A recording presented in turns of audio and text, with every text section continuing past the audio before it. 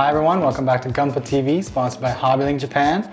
We're still in the middle of our perfect grade Strike Freedom build, and we're still in the middle of trying to set up the proper studio. So in the meantime, as I said before, we're using this area, and you can see we tried to spice it up a little bit for you. I hope you enjoyed the background now. It's going to change, don't worry. Before we get on to the Strike Freedom, we're going to be building the skirt today. We are actually going to talk about what came in recently. This actually came in maybe a couple weeks ago, but I didn't have a chance to talk about it yet. But this is the new RGM 79N Gym Custom, and this is probably my favorite gym of them all. It foregoes with the normal red and blue color scheme, and it's all one color with some darker accents on the shield and things like that. And I gotta say that I actually prefer this color. That's why it's probably my favorite gym. And it's a little bit bulkier and it looks a little more menacing and not so much like cannon fodder. So if you're a gym fan, if you haven't picked this one up yet, give it a try. And if you're looking to start a gym, you haven't done one yet, why not start with a gym custom? All right, and now, as mentioned before, we're doing the perfect grade Strike Freedom. This is what we've got so far.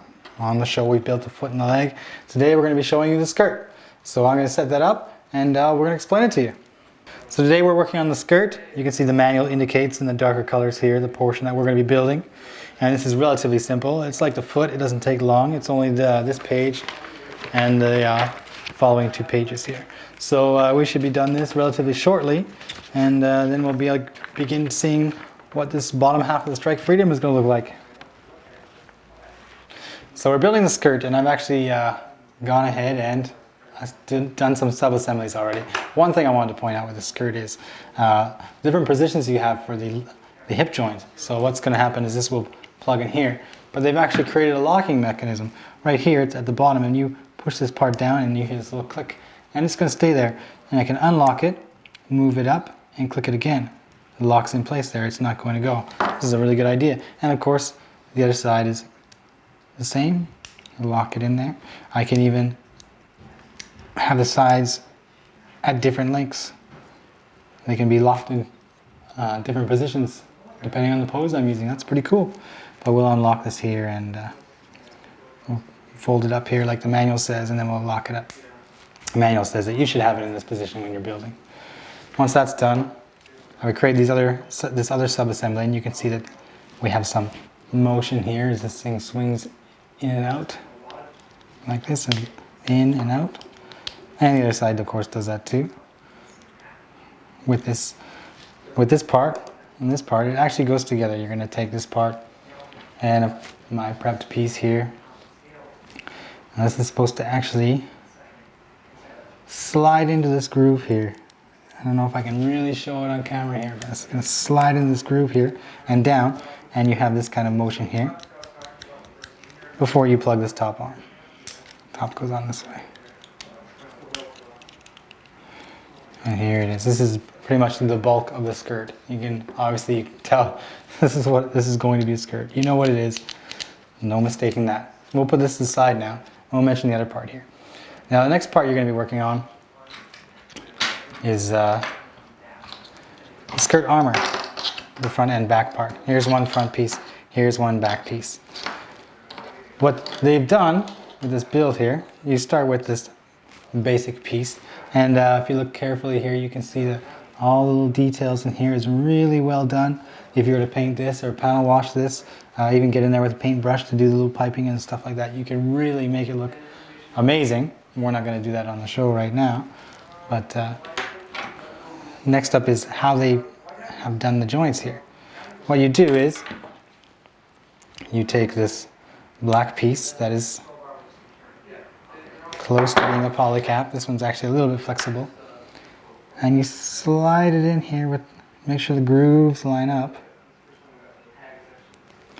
Push it in place here.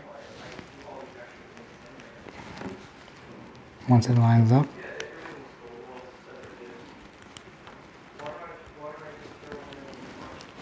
it's not lining up, so I gotta fix it.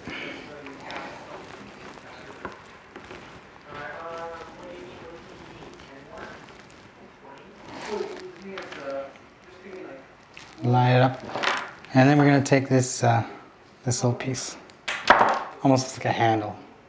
it plugs into this piece here. But the way you plug it in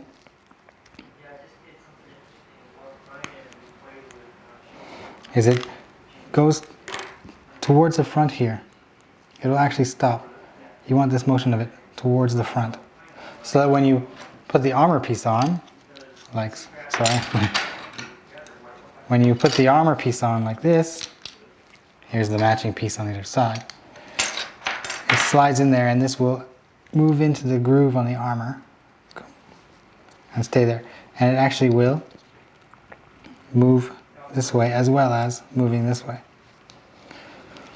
So I'm only going to do the one side with the actual armor pieces on, and the rest is going to be frame that we've done. So I'm going to turn the page here. Taking the next piece, you're going to take the front frame that you've done and the piece from the opposite side.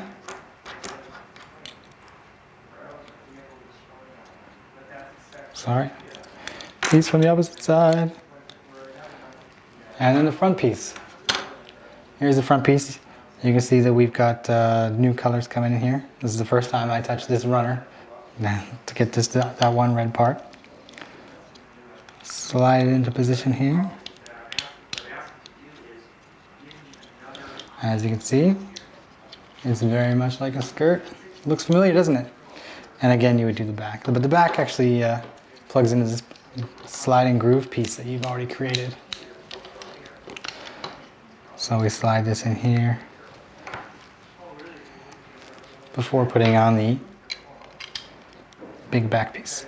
The big back piece it's actually huge, this groove. It should be no problem just to line this up, so I say, before I actually attempt to do so.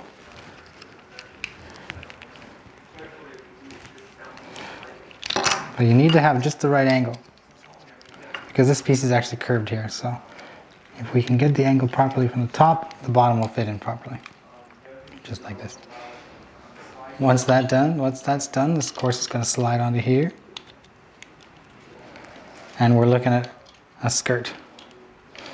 But that's not it for the skirt. I mean, we're not quite finished yet. We still have some steps here, because we have this thing, and I've already constructed one of them. As you can see, this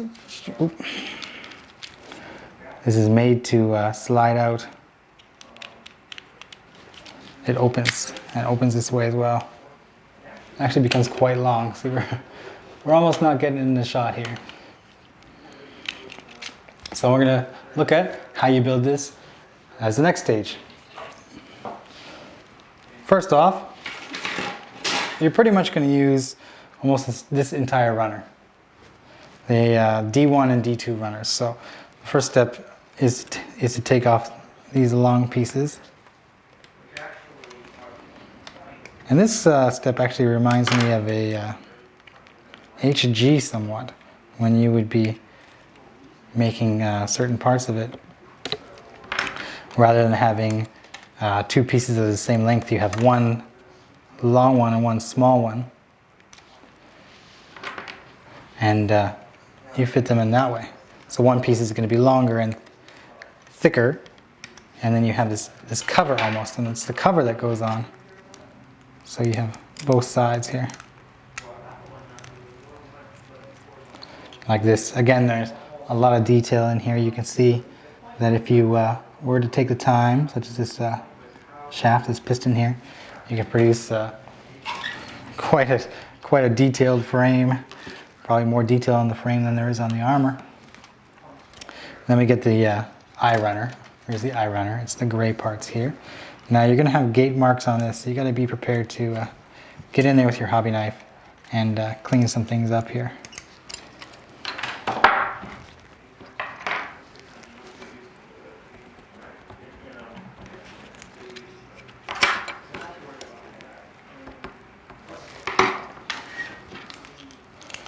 Slide this in here,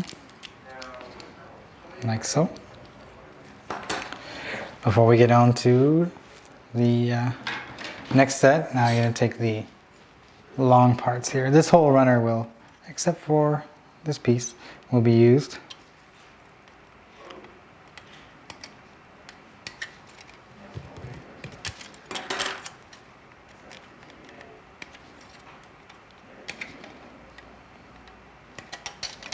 Luckily for me, I still have my new side cutters. So the gate marks are minimal here. I really don't need to do much cleanup.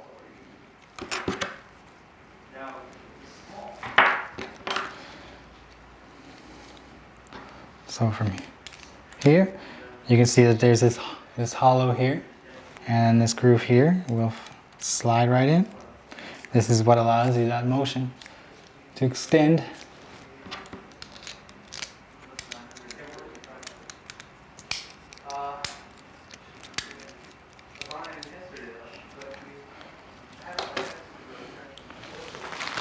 Then we go back to the E runner, which might be my favorite runner on this whole kit. This dark gold, almost bronze color. Now on this, there's no undergates on this side on the E runner, which makes sense because there's really no point for them to be there. You just slide them on and you're set. And then the J runner, we'll have 2 of these, and all you're using, just a few pieces for this.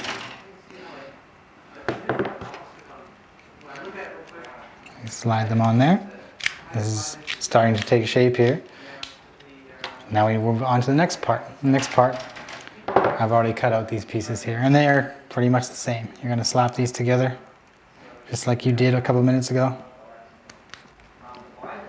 Make sure I don't have any gate marks that are going to interfere with the next set, which is back to the I runner.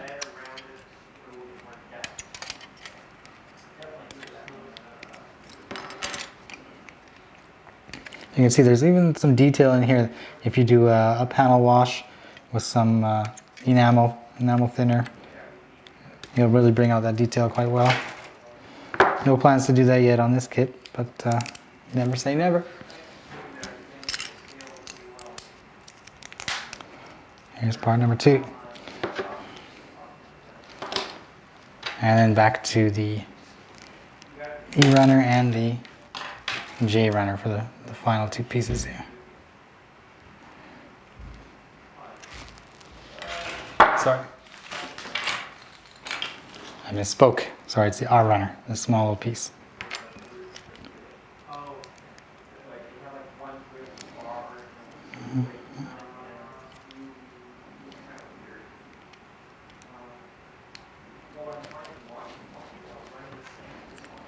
Now why Bandai has only the one of the gold piece and then the normal frame parts, I'm not quite sure, but this is what you're meant to see. So no harm done, really. Now when you line these up, these have to fit in the groove in such a way that this piece actually goes inside. If you're misaligned, it's not gonna fit. You have to line it up properly for it to be even.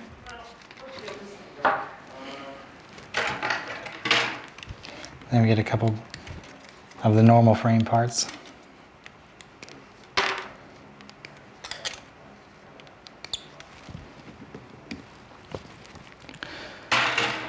It's at this stage that the manual differentiates the right from the left, because if I build it the same way, this is where it's going to plug into the skirt.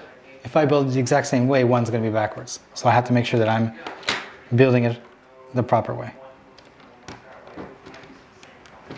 This should be right.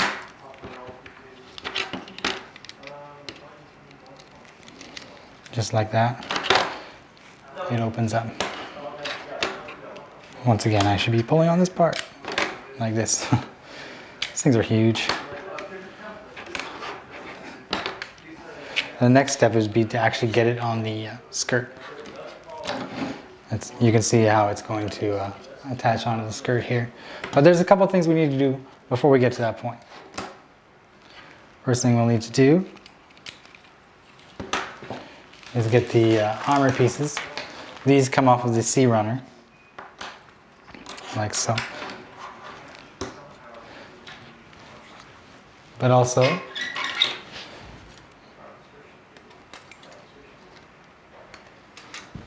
one more piece from C runner. And this groove here, this is where the beam saber handles are going to go when you're ready to put the beam sabers in if he's not holding on to them. First we'll take off the gate mark.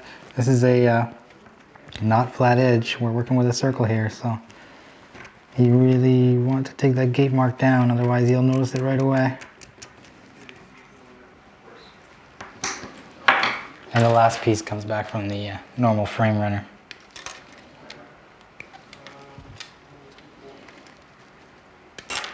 There it is.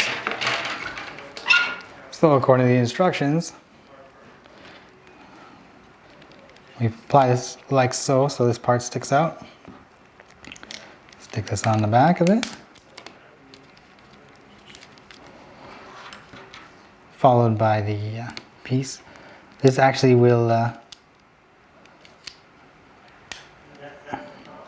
go on, it actually rotates. So when you get this on, where you want the beam saber to go, it'll actually turn, which is it's really cool actually. Slide that on there, any which way I want to go. And then we put it onto the kit. Just like this. So I'll put this one on too. First, let's stop this leg on. Here's half a Gundam. Look, I can't even get it in the frame. Look at this. This is just the lower half. Awesome. Perfect grade goodness. Look at the size of this thing. I don't even know how to present it anymore. It's just taking up my whole shot.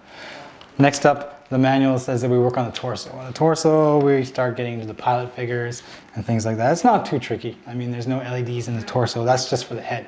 We're going to see the head in a few weeks' time. But next up, we'll go for the torso. And hopefully we'll have something that resembles an actual suit. When we're done that, we can slap it together. So this brings the episode to a close. We've now got a skirt and a leg, and I will be attaching the armorless parts when I get home. Next up, we're going to do the torso. I believe I mentioned this before. There's no LEDs, but it's still quite involved. You have a pilot figure that fits in there in the cockpit, and then from there we work on the shoulders and the arms, and eventually we're going to get to that backpack and the Dragoons of Doom, but that's a little ways off, so I hope you look forward to seeing it, and we'll see you later.